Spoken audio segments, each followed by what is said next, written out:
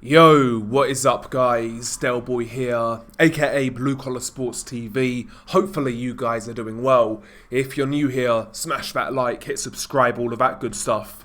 So this weekend on the Saudi Arabia card, Dmitry Bivol defends his WBA light heavyweight title against Lyndon Arthur. Now, Dmitry Bivol is a guy who I appreciate as a boxer. Not one of my favourite fighters out there, quite frankly. I find his style a little too passive at times. But he's a good fighter. He is a supremely skilled boxer, as we know. Glides really well on his feet. Great footwork. Great 1-2s. Very good distance control. He fights with an unbelievable rhythm. I'm not doubting Dmitry Bivol's talent. But 2023 has been a very disappointing year for him. I felt he was led up the garden path by Canelo Alvarez in regards to a potential rematch there. Canelo had a rematch clause, never opted to take it.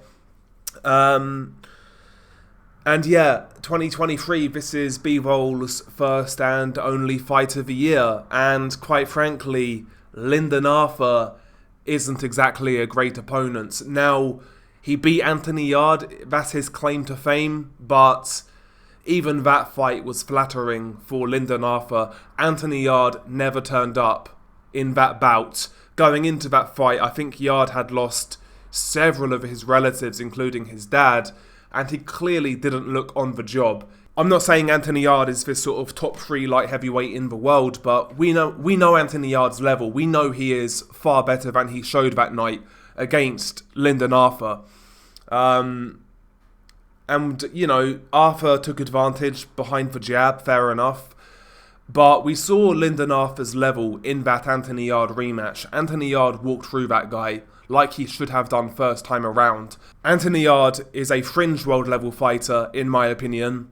Whereas Lyndon Arthur is a domestic level fighter. Not a European level fighter, a domestic level fighter. He's a tall, rangy light heavyweight who boxes behind the jab. He's got decent basic fundamentals. He moves okay, but he is very passive. He doesn't have a great chin. I don't think he's got great stamina. And honestly, he's one of those fighters who I question his heart, because in that Yarde rematch, he got hurt, no doubt. He got dropped, but it looked like he could have got up in that fight and continued, but he never really, he was put in his place real quick.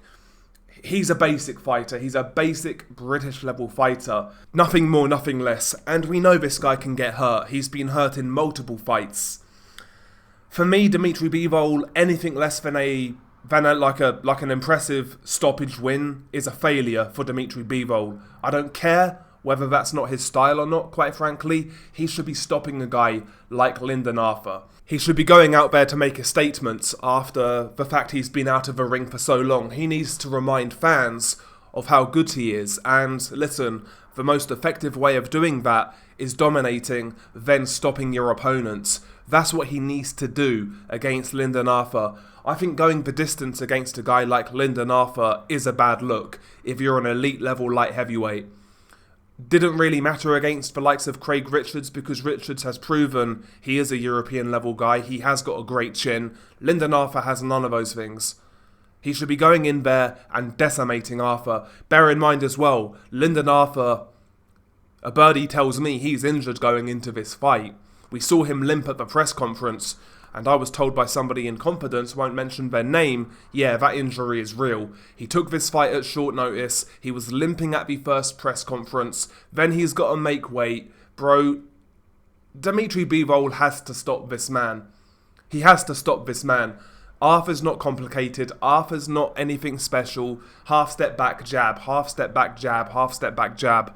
Right hand down the middle. That's pretty much it.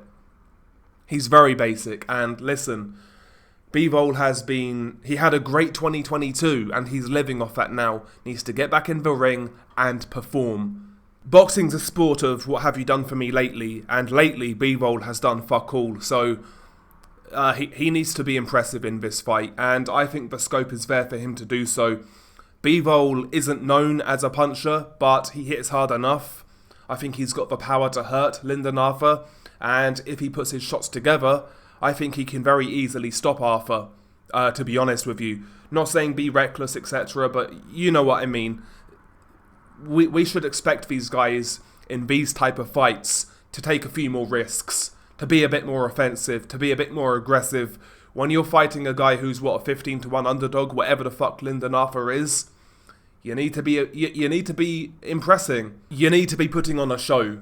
And ultimately, that's what Bivol should try to aim to do here. He needs to make a statement, in my opinion, and then go into 2024 and hopefully get these big fights, aka the unification fight against Beterbiev or Callum Smith, whoever wins that fight. But yeah, I'm not very enthralled by Lyndon Arthur as an opponent. To me, Lyndon Arthur is one of the most uninspiring fighters at light heavyweight. He's just one of those guys that's just there. You know, even guys who are at a lower level, like Craig Richards, I like watching that guy fight. He can be fun. Lyndon Arthur is just boring, dull, negative, basic, just awful to watch, and thoroughly mediocre. This guy's going life and death with Argentinian taxi drivers getting badly hurt. You know? Yeah.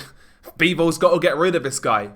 Has to get rid of him. Anything less is a failure, as far as I'm concerned. Anyway, share your thoughts below. Beanie Guy Delboy. Peace.